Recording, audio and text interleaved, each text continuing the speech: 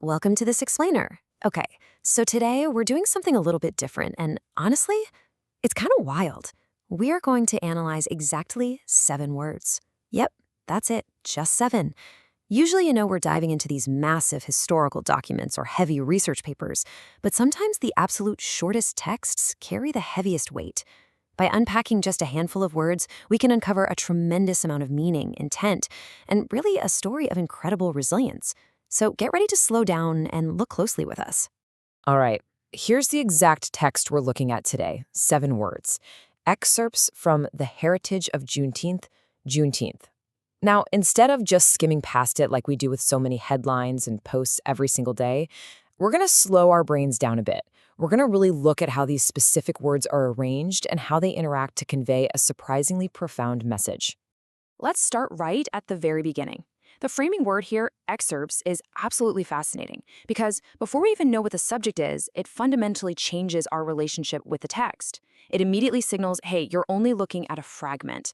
It's a piece drawn from a much larger, unseen document or historical conversation. It's kind of like reading a single post in a massive, ongoing thread, right? By explicitly calling it an excerpt, we're forced to acknowledge what's missing. We're only getting this tiny, concentrated window into a vast, deeply layered story of personal journeys. And you know what? That creates this immediate, brilliant tension within such a short text. Think about the contrast for a second. On one side, you have the concept of an excerpt, which is inherently partial, right? It's just a tiny, isolated fragment. But on the other side, it's pushed directly against the concept of a heritage. And heritage isn't small, it's expansive. It's this vast, encompassing idea of a cultural legacy passed down through generations. There's a deliberate push and pull happening here, contrasting the smallness of the text we can physically see with the massive, intangible scale of the history it represents. Now, let's zoom in a bit more. Notice that definite article right there, the. The author didn't write a heritage or part of the heritage, it is the heritage. This really subtle choice entirely elevates the subject. It tells us that what's being discussed is foundational, it's universally recognized, and it carries a definitive weight that simply cannot be ignored. So this forces us to ask a pretty deeply compelling question. What does the concept of heritage imply when it stands almost entirely alone? I mean, there are no dates here, no specific historical figures, no explicit narrative of struggle or individual personal journeys. It just gives us the heavy concept of a legacy.